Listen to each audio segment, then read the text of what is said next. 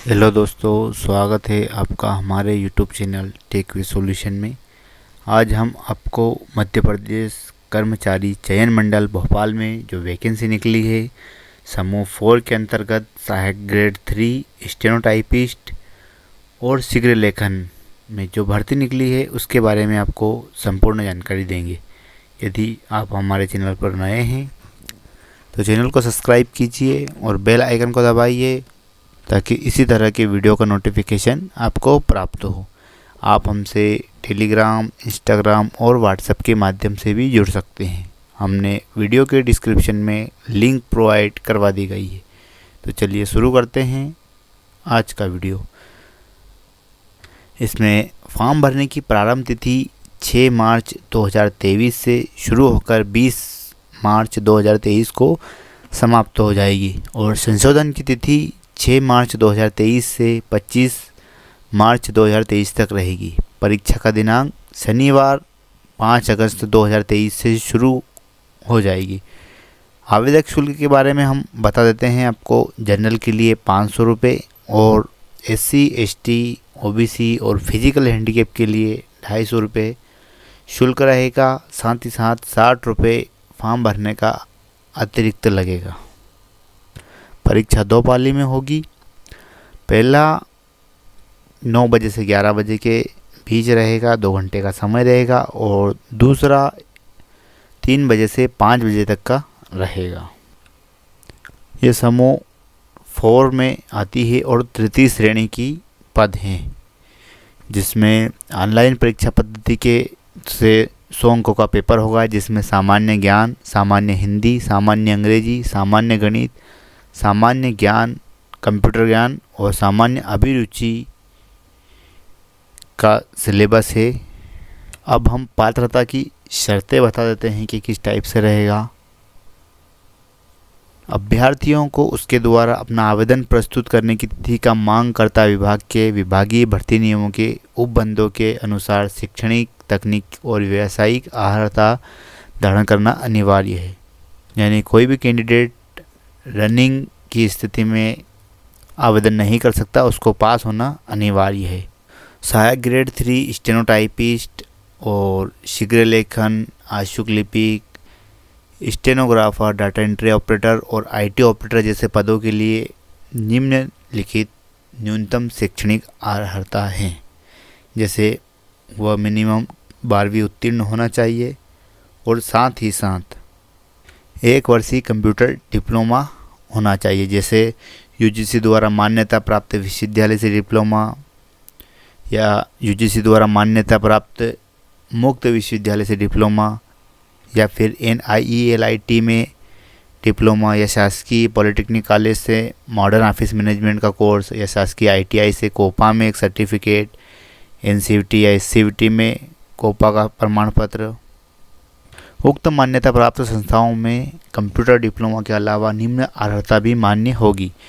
जैसे BE में CSIT, MCA, BCA, MSc IT या CS से या फिर BSc IT या CS से या MTech। इसमें कोई भी आपको एक सर्टिफिकेट या डिग्री होना आवश्यक है। और एक विशेष बात, जैसे BSc, BCom अन्य उपाधियों जिनमें केवल कंप्यूटर लेवल कंप्यूटर का एक ही विषय है वह मान्य नहीं होगा। आपको जैसे BSc कंप्यूटर या BCom कंप्यूटर से ही होना आवश्यक है।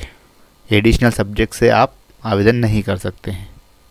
सेकंड ऑप्शन है जो मध्य प्रदेश शासन द्वारा विज्ञान एवं प्रौद्योगिकी विभाग द्वारा जो CPCT का टेस्ट है, जिसमें हिंदी टाइपिंग 20 शब्द प्रति मिनट और अंग्रेजी टाइपिंग 30 शब्द प्रति मिनट उत्तीर्ण होना आवश्यक है। तीसरा ऑप्शन है जैसे विभिन्न विभागों के ऐसे पद जिनमें भर्ती नियमों में अनिवार्य योग्यता में कंप्यूटर डिप्लोमा शामिल नहीं है, बल्कि कंप्यूटर संचालन का ज्ञान होना चाहिए। ऐसे पदों के लिए भी CPCT परीक्षा का स्कोर कार्ड होना अनिवार्य है। ऐसे पदों पर CPCT स्कोर कार्ड के अतिरिक्त अन्य किसी भी कंप्यूटर संबंधित डिप्लोमा सर्टिफिकेट की आवश्यकता नहीं होगी। जिन विभागों में पदों की भर्ती नियम नहीं है या संविदा आधार पर पद स्वीकृत होने के कारण भर्ती नियमों में उनकी योग्यता का प्रावधान नहीं है, उन पर भी उक्त व्यवस्था ही लागू होगी। यानी उनके लिए भी CPCT का वैलिड स्कोर कार्ड होना अनिवार्य है। इसके बाद अगला हमारा विभिन्न विभागों की data entry operator, IT operator, सहायक ग्रेड 3, स्टेनोटाइपिस्ट, इसी प्रकार के अन्य पदों जिनके लिए कंप्यूटर नियमों में कंप्यूटर डिग्री, डिप्लोमा सर्टिफिकेट एक अनिवार्य योग्यता रखी गई है, उनके लिए सामान्य प्रशासन विभाग द्वारा पूर्व से निर्धारित कंप्यूटर डिप्लोमा सर्टिफिकेट जिसका उल्लेख पैरा ए में किया गया है, CPCT स्कोर कार्ड धारित करना भी अनिवार्य है। मतलब आपके पास अगर कोई दूसरा भी 1 वर्षीय डिप्लोमा डिग्री है फिर भी आपको CPCT होना अनिवार्य है। विभागों द्वारा दक्षता के परीक्षण के लिए पृथक से जो परीक्षा होती है या फिर इंटरव्यू होता है वह नहीं होगा, क्योंकि CPCT है आपका न्यूनतम दक्षता सर्टिफिकेट है, इसी के लिए यह उपयोग में हो जाएगा।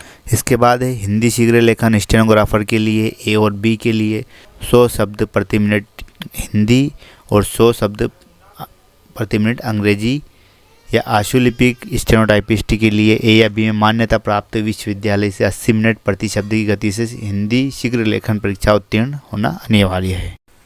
अब हम आयु के बारे में बात कर लेते हैं। 1 जनवरी 2023 से आयु की गणना की जाएगी और मिनिमम 18 और अधिकतम 40 वर्ष आयु सीमा रहेगी। SC, ST, OBC और एक सर्विसमैन के लिए और जनरल महिलाओं के लिए 5 वर्ष की अतिरिक्त छूट दी गई है। सभी पदों के लिए अभ्यर्थियों को मध्य प्रदेश राज्य के रोजगार कार्यालय में जीवित पंजीयन होना अनिवार्य है। पंजीयन किस तरह करते हैं हम आपको आई बटन में या फिर वीडियो के डिस्क्रिप्शन में लिंक दे देंगे, आप वहां जाकर आसानी से रोजगार पंजीयन कर सकते हैं। अब हम बात कर लेते हैं पदों की। सीधी भर्ती बैकलॉग और संविदा भर्ती के रिक्त पदों का विवरण हम आपको दे देते हैं। सीधी भर्ती में जनरल के लिए 506, EWS के लिए 204, SC के लिए 242, ST के लिए 440 और OBC के लिए 448, कुल 1840 पद उपलब्ध हैं। सीधी भर्ती बैकलॉग के लिए जनरल के लिए 10, EWS के लिए 1, अजा के लिए 107, ST के लिए 367 और अन्य पिछड़ा वर्ग के लिए 45, टोटल 530 पद उपलब्ध हैं। संविदा भर्ती में जनरल के लिए 79, EWS के लिए 19, SC के लिए 34, ST के लिए 46 और OBC के लिए 65 पद, टोटल 243 पद उपलब्ध हैं। और संविदा भर्ती बैकलॉग के लिए SC में 37, ST में 42 और अन्य पिछड़ा वर्ग में 24, टोटल 103, ओवरऑल मिलाकर 2716 पद उपलब्ध हैं। अब किस किस पद नाम यानी वैकेंसी में कितने कितने पद है हम ओवरऑल आपको बता देते हैं। जैसे निज सहायक शीघ्र लेखन या स्टेनोग्राफर के लिए 153 पद हैं। सहायक वर्ग ग्रेड 3, कार्यालय सहायक, data entry operator, IT, computer operator, लिपिक, कोडिंग, रिकॉर्ड कलर व अन्य समकक्ष पदों के लिए 1782 पद, सबसे ज़्यादा पद यहीं पर उपलब्ध है। स्टेनोटाइपिस्ट आशुलिपिक में 293, आउटरीच कार्यकर्ता में 75, उद्यान पर्यवेक्षक में 07, उप स्वच्छता पर्यवेक्षक में 28, एनिमल फीडर में 2, कंपाउंडर में 1, ग्रंथपाल में 73, तकनीशियन में 8, प्रयोगशाला सहायक में 45, प्लम्बर में 1, फायरमैन लीडिंग फायरमैन में 114, सहायक फोटो अधिकारी, फोटोकला शिक्षक में 10, बागवानी निर्देशक में 1, म्यूजियम कीपर म्यूजियम सहायक में 26, लेखापाल में 16 और सहायक राजस्व निरीक्षक में 81 पद उपलब्ध है। अब यहाँ पर विभागवार पदों का विवरण है। हम अगर एक एक करके बताएंगे तो वीडियो काफ़ी लंबी हो जाएगी, इसलिए हम आपको एक हल्की सी झलक दिखला देते हैं। आप जाकर हम आपको डिस्क्रिप्शन में नोटिफिकेशन दे देंगे, आप वहां जाकर भी इसको आसानी से देख सकते हैं कि किस डिपार्टमेंट में कितने कितने पद है और आपको कितने पद के लिए या फिर कौन से पद के लिए आवेदन करना है। इसमें आपको जो क्वालिफ़िकेशन की जानकारी है संपूर्ण वो तो हम बता देंगे, लेकिन आपको पद का चयन कि आपको किस ज़िले में या फिर किस कार्यालय में आपको आवेदन करना है वो आपको चयन करना है। इसलिए क्योंकि काफ़ी ज़्यादा डिपार्टमेंट है, बताने में काफ़ी बड़ा वीडियो हो जाएगा।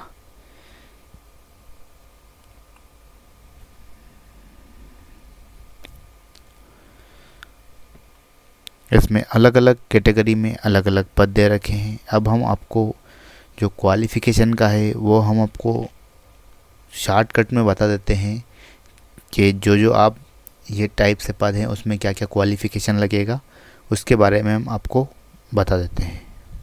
जैसे नीति सहायक, शीघ्र लेखन स्टेनोग्राफर और स्टेनोग्राफर हिंदी और अंग्रेजी, इसकी क्वालिफ़िकेशन हम आपको बता देते हैं। मान्यता प्राप्त बोर्ड से 12th पास होना अनिवार्य है और मान्यता प्राप्त विश्वविद्यालय से मिनिमम 1 वर्षीय डिप्लोमा होना अनिवार्य है, कंप्यूटर डिप्लोमा होना अनिवार्य है। जैसा कि हमने क्वालिफ़िकेशन में बताया था कि 1 वर्षीय डिप्लोमा में आप क्या क्या ले सकते हैं। जैसे आपके पास कोपा का है तो वो ले सकते हैं, या फिर आप बीएससी बीकॉम में आपने 1 वर्षीय डिप्लोमा करा है तो आप वो यूज़ कर सकते हैं, जैसे डीसीए, पीजीडीसीए। इसके अलावा आपका बीईसीएस आईटी से हो या फिर बीसीए हो, बीटेक हो, जो भी आपका कंप्यूटर से हो वो आप यूज़ कर सकते हैं। इसके अलावा एक सर्टिफिकेट होता है स्टेनोटाइपिस्ट का, जिसमें मान्यता प्राप्त संस्था से वो होना चाहिए, जिसमें 100 शब्द प्रति मिनट हिंदी शीघ्र लेखन के, या फिर आपका अगर इंग्लिश से है तो 100 शब्द इंग्लिश के टाइपिंग का सर्टिफिकेट होना अनिवार्य है। अब दूसरा है हमारा सहायक वर्ग ग्रेड 3, कार्यालय सहायक, डेटा एंट्री ऑपरेटर या आईटी ऑपरेटर या लिपिक या कोडिंग, रिकॉर्ड क्लर्क, ये जो भी समकक्ष पद हैं इसके अंतर्गत। इसमें शैक्षणिक योग्यता है मिनिमम 12वीं पास होना चाहिए और 1 वर्षीय डिप्लोमा इसमें भी होना अनिवार्य है। साथ ही साथ सीपीसीटी होना अनिवार्य है। सीपीसीटी का वैलिड स्कोर आपको पास होना कंपलसरी है। इसके अलावा आप फॉर्म नहीं डाल सकते। फॉर्म तो आपका डल जाएगा, एग्ज़ाम भी हो जाएगी, लेकिन अगर आप डॉक्यूमेंट वेरिफिकेशन में जब आपने फॉर्म भरा था उस पे डेट डली होती है, वो वहाँ पर पास होना अनिवार्य है। तीसरा ऑप्शन है हमारा स्टेनोटाइपिस्ट और आशुलिपिक। इसमें भी 12th पास होना अनिवार्य है और 1 वर्षीय डिप्लोमा, साथ ही साथ सीपीसीटी का वैलिड स्कोर और मान्यता प्राप्त संस्था या परिषद से 80 शब्द प्रति मिनट की हिंदी या अंग्रेजी का प्रमाण पत्र उत्तीर्ण होना आवश्यक है। अब अगला ऑप्शन है हमारा आउटरीच कार्यकर्ता। इसमें मिनिमम 12th पास होना अनिवार्य है और साथ ही साथ महिला बाल विकास में या विभागीय संस्थाओं से आउटरीच कार्यकर्ता के रूप में कार्य का अनुभव होना अनिवार्य है। उद्यान पर्यवेक्षक के लिए मिनिमम योग्यता 12वीं पास है, वो भी कृषि विषय से। इसके अलावा अगला ऑप्शन है हमारा उप स्वच्छता पर्यवेक्षक। उप स्वच्छता पर्यवेक्षक के लिए 12वीं पास योग्यता है। इसमें अन्य और कोई क्वालिफ़िकेशन अनिवार्य नहीं है। अगला ऑप्शन है हमारा एनिमल फीडर। एनिमल फीडर में शैक्षणिक योग्यता है 12वीं पास के साथ साथ संबंधित क्षेत्र में या अनुभवधारी को अभिमानता दी जाएगी। आप फ्रेशर के द्वारा भी अप्लाई कर सकते हैं, लेकिन एक्सपीरियंस होल्डर को पहले अनिवार्यता दी जाएगी। अगला ऑप्शन है हमारा कंपाउंडर। कंपाउंडर में शैक्षणिक योग्यता 12th पास होना चाहिए जीव विज्ञान के साथ। अगला ऑप्शन है हमारा शैक्षणिक योग्यता में ग्रंथपाल, निम्न श्रेणी वेतनमान। इसमें शैक्षणिक योग्यता है 12वीं के साथ लाइब्रेरी साइंस में डिप्लोमा होना अनिवार्य है। तकनीशियन में हमारे शैक्षणिक योग्यता है 12वीं के साथ साथ फ़ोटो प्रिंट तैयार करने हेतु डेवलपिंग या फिल्म ऑपरेटिंग लाइसेंस सहित डार्क रूम में कार्य का अनुभव होना अनिवार्य है। अगला पद नाम है हमारा प्रयोगशाला सहायक। इसमें हम शैक्षणिक योग्यता जान लेते हैं। इसमें शैक्षणिक योग्यता 12वीं पास विज्ञान विषय के साथ पास होना अनिवार्य है। अगला पद नाम है हमारा प्लम्बर। इसमें हम शैक्षणिक योग्यता आपको बता देते हैं। प्लम्बर में शैक्षणिक योग्यता हमारी मान्यता प्राप्त संस्था से 12वीं के साथ साथ प्लम्बर क्षेत्र में डिप्लोमा होना अनिवार्य है। अगला पद नाम है हमारा फायरमैन और लीडिंग फायरमैन। इसकी हम आपको शैक्षणिक योग्यता बता देते हैं। फायरमैन में 12th पास के साथ साथ अग्निशमन में डिप्लोमा या फिर ग्रेजुएशन होना अनिवार्य है। अगला पद नाम है हमारा सहायक फ़ोटो अधिकारी या फ़ोटो कला शिक्षक। इसमें शैक्षणिक योग्यता है 12वीं के साथ साथ फोटोग्राफी में डिप्लोमा या किसी भी मान्यता प्राप्त संस्था से फोटोग्राफी का प्रमाण पत्र होना आवश्यक है। अगला हमारा पद नाम है बागवानी निर्देशक। इसमें शैक्षणिक योग्यता में 12वीं के साथ साथ कृषि या बागवानी में डिप्लोमा होना आवश्यक है। अगला ऑप्शन है हमारा म्यूजियम कीपर या म्यूजियम सहायक।